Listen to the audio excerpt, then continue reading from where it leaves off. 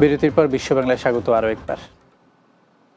North লন্ডনের জনপ্রিয় district ও উপজেলা টুর্নামেন্ট ব্রিটিশ বাংলাদেশি কাপ অনুষ্ঠিত হয়েছে।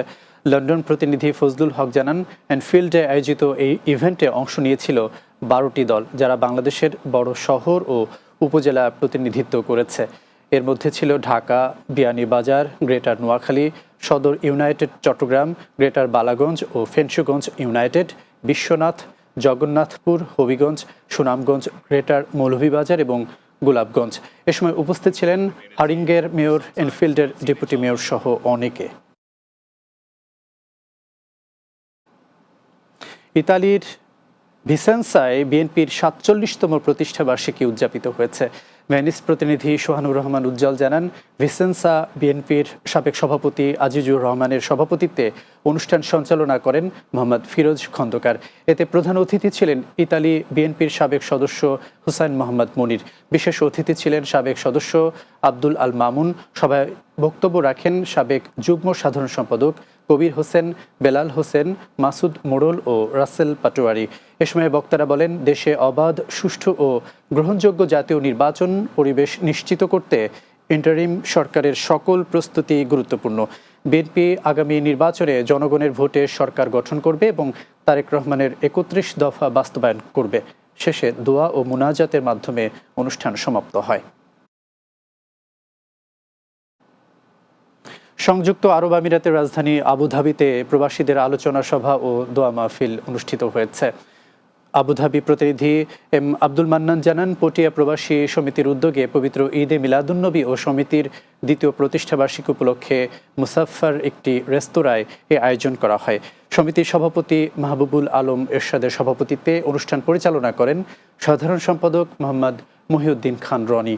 এতে উপস্থিত ছিলেন সংগঠনটির অর্থ সম্পাদক মোহাম্মদ সোহেল, নবী হোসেন, আজিজুল হক, নাসির উদ্দিন, মোহাম্মদ আলম, হাবিবুর রহমান, মাহবুবুর রহমান ও মোহাম্মদ মিসবাহ সহ অনেকে। এ সময় ঈদে মিলাদুন্নবীর তাৎপর্য তুলে ধরে বক্তব্য রাখেন মাওলানা নুরুল ইসলাম আনসারি।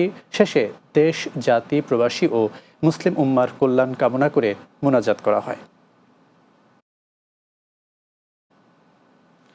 লেবাননে বাংলাদেশিদের অংশগ্রহণে 16 দলের সমন্বয়ে শুরু হয়েছে প্রবাসী ফুটবল টুর্নামেন্ট সিজন 6। ভাই বন্ধু স্পোর্টিং ক্লাবের উদ্যোগে ও প্রবাসী বন্ধু মহল ঐক্য পরিষদের সৌজন্যে ইজদাহিদি ফুটবল মাঠে এই আয়োজন করা হয়। লেবানন থেকে বাবু সাহা জানান, রবিবার টুর্নামেন্টের উদ্বোধন করেন কমিউনিটি ব্যক্তিত্ব মোহাম্মদ নূর। উদ্বোধনী দিনে মোট 5টি খেলা অনুষ্ঠিত হয়। প্রথম ম্যাচে নবীনগর ঐক্য স্পোর্টিং ক্লাব ও ফ্রেন্ডস 11 বৈরুত 1-1 গোলে ড্র করে। অনুষ্ঠানে প্রধান অতিথি ছিলেন লেবানন বিএনপির সাধারণ সম্পাদক সৈয়দ আলম হোসেন। বিশেষ অতিথি ছিলেন আনোয়ার গাজী, জসিম শিকদার, আব্দুল হান্নান, রিয়াজ গাজী ও লুৎফর রহমান।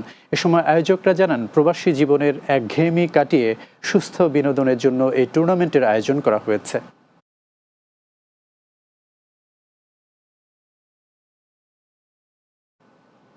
শেষ করব বিশ্ব বাংলা যাওয়ার আগে শিরোনামগুলো আরও একবার। সেপ্টেম্বরের প্রথম 10 দিনে প্রবাসী আয় 13,786 কোটি টাকা, প্রতিদিন গড়ে আসছে 1,381 কোটি টাকা। আলজেরিয়ার বাংলাদেশ দূতাবাসে ই পাসপোর্ট সেবা চালু, খুশি প্রবাসী বাংলাদেশিরা।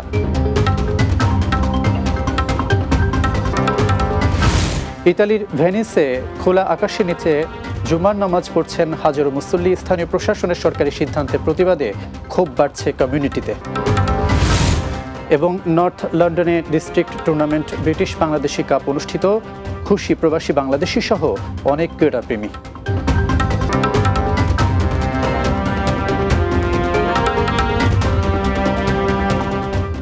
এই ছিল বিশ্ব বাংলার আয়োজন। এতক্ষণ সঙ্গে থাকার জন্য ধন্যবাদ সবাইকে।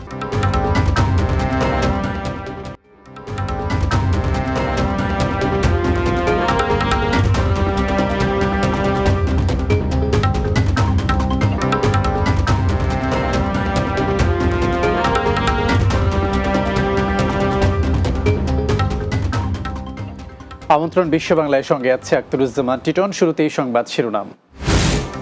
সেপ্টেম্বরের প্রথম 10 দিনে প্রবাসী আয় 13,786 কোটি টাকা, প্রতিদিন গড়ে আসছে 1,381 কোটি টাকা। আলজেরিয়ার বাংলাদেশ দূতাবাসে ই পাসপোর্ট সেবা চালু, খুশি প্রবাসী বাংলাদেশিরা। এবং ইতালির ভেনিসে খোলা আকাশের নিচে জুমার নামাজ পড়ছেন হাজারো মুসল্লি। স্থানীয় প্রশাসনের সরকারি সিদ্ধান্তের প্রতিবাদে ক্ষোভ বাড়ছে কমিউনিটিতে।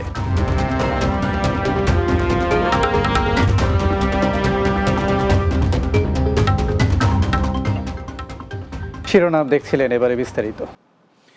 চলতি মাসের প্রথম 10 দিনে প্রবাসীরা দেশে পাঠিয়েছেন $1.13 বিলিয়ন রেমিটেন্স। বাংলাদেশি মুদ্রায় যা প্রায় 13,786 কোটি টাকা, অর্থাৎ প্রতিদিন গড়ে আসছে $11.3 কোটি বা প্রায় 1,381 কোটি টাকার প্রবাসী আয়। বাংলাদেশ ব্যাংক সূত্র এসব তথ্য জানা গেছে। এ ধারা অব্যাহত থাকলে চলতি মাস শেষে রেমিটেন্সের পরিমাণ $3 বিলিয়ন ছাড়াবে বলে ধারণা করা হচ্ছে। জানা গেছে, গত বছরের একই সময়ে রেমিটেন্স এসেছিল $94.90 কোটি। সে তুলনায় এবছর বেড়েছে প্রায় $18 কোটি। 2025-26 অর্থ বছরের প্রথম 2 মাস এবং সেপ্টেম্বরের 10 দিন মিলিয়ে দেশে এসেছে $603 কোটি রেমিটেন্স, যা গত অর্থ বছরের একই সময়ে পাওয়া $508 কোটি চেয়ে $95 কোটি বেশি, অর্থাৎ প্রবৃদ্ধি দাঁড়িয়েছে 18.6%। আলজেরিয়ার আলজিয়ার্সে বাংলাদেশ দূতাবাসে ই পাসপোর্ট সেবা চালু করা হয়েছে। এখন থেকে দেশটিতে বসবাসরত বাংলাদেশি প্রবাসীরা ই পাসপোর্ট সুবিধা পাবেন। আলজিয়ার্সে বসবাসরত প্রবাসী বাংলাদেশিদের উপস্থিতিতে এ কার্যক্রমের উদ্বোধন করেন আলজেরিয়াতে নিযুক্ত বাংলাদেশের রাষ্ট্রদূত মোহাম্মদ নাজমুল হুদা। এ সময় উপস্থিত ছিলেন দূতাবাসের কর্মকর্তা কর্মচারী, ইমিগ্রেশন ও পাসপোর্ট অধিদপ্তরের অতিরিক্ত মহাপরিচালক সহ কারিগরি প্রতিনিধি দল ও বাংলাদেশ আলজেরিয়া বিজনেস ফোরামের প্রতিনিধি দল।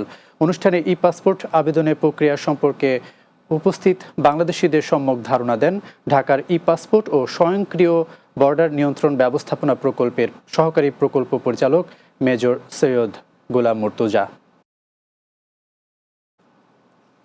ইতালির ভেনিসে 4 মাস ধরে প্রতি শুক্রবার খোলা আকাশের নিচে 1,000-এরও বেশি মুসল্লি জুমার নামাজ আদায় করছেন। ভেনিস প্রতিনিধি সোহানুর রহমান উজ্জ্বল জানান, স্থানীয় প্রশাসনের এক সিদ্ধান্তের প্রতিবাদে এই উদ্যোগ নেওয়া হয়। কারণ প্রশাসন সম্প্রতি মসজিদুল ইত্তেহাদে নামাজ আদায় নিষিদ্ধ ঘোষণা করে জানায়, শহরের মধ্যে নতুন কোনো উপাসনালয় নির্মাণ বা ব্যবহার করা যাবে না। কিন্তু মসজিদ কর্তৃপক্ষ এই সিদ্ধান্তকে রাজনৈতিক প্রতিহিংসা হিসেবে আখ্যা দিয়ে আদালতের দ্বারস্থ হন। একই সঙ্গে প্রতিবাদের অংশ হিসেবে পার্কে জুমার নামাজ আদায়ের সিদ্ধান্ত নেন। এদিকে স্থানীয় মুসলিম কমিউনিটির দাবি, বিতর্কিত আইনের মাধ্যমে মুসলমানদের ধর্মীয় স্বাধীনতায় হস্তক্ষেপ করা হচ্ছে, যা ইতালির সংবিধান ও নাগরিক অধিকারের পরিপন্থী। কারণ ইতালির সংবিধানের 19তম ধারায় প্রতিটি নাগরিকের নিজ ধর্ম পালনের ও প্রচারের পূর্ণ স্বাধীনতা নিশ্চিত করা হয়েছে। এ বিষয়ে ভেনিস বাংলাদেশ প্রেস ক্লাবের প্রধান উপদেষ্টা পলাশ রহমান বলেন, মুসলমানদের ইবাদতে বাধা দেওয়ার মতো একটি আইন ভবিষ্যতে ইতালির প্রজন্মের জন্য লজ্জার কারণ হবে। মালয়েশিয়ায় নিযুক্ত বাংলাদেশের হাইকমিশনার মোহাম্মদ শামীম আহসানকে বিদায় সংবর্ধনা দিয়েছে কুয়ালালামপুরে অবস্থিত বাংলাদেশ হাইকমিশন। সম্প্রতি বাংলাদেশ হাইকমিশনের মিলনায়তনে বিদায়ী হাইকমিশনারকে সংবর্ধনা দেওয়া হয়। ডেপুটি হাইকমিশনার শাহনারা মনিকার সভাপতিত্বে অনুষ্ঠিত বিদায়ী সংবর্ধনায় হাইকমিশনের সব কর্মকর্তা কর্মচারী উপস্থিত ছিলেন। এ সময় বক্তারা বিদায়ী হাইকমিশনারের দায়িত্ব পালনকালে মালয়েশিয়ায় বাংলাদেশের ভাবমূর্তি উজ্জ্বল, বাংলাদেশ মালয়েশিয়া দ্বিপাক্ষিক সম্পর্ক উন্নয়ন এবং প্রবাসী বাংলাদেশিদের কল্যাণে যেসব পদক্ষেপ গ্রহণ করেছেন তা তুলে ধরেন। তারা প্রবাসী বাংলাদেশিদের জন্য বিভিন্ন কল্যাণ ও সেবামূলক কর্মকাণ্ড পরিচালনার জন্য বিদায়ী হাইকমিশনারকে আন্তরিক ধন্যবাদ জানান। বিদায়ী হাইকমিশনার দায়িত্ব পালনের সময় দুই দেশের মধ্যকার বন্ধুত্বপূর্ণ সম্পর্ক পূর্বের যে কোনো সময়ের তুলনায় অনেক জোরদার হয়েছে বলেও বক্তারা মত প্রকাশ করেন।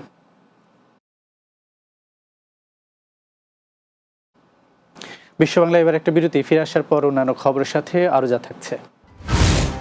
নর্থ লন্ডনে district tournament British Bangladeshi cup অনুষ্ঠিত, খুশি প্রবাসী বাংলাদেশি সহ অনেক ক্রীড়াপ্রেমী।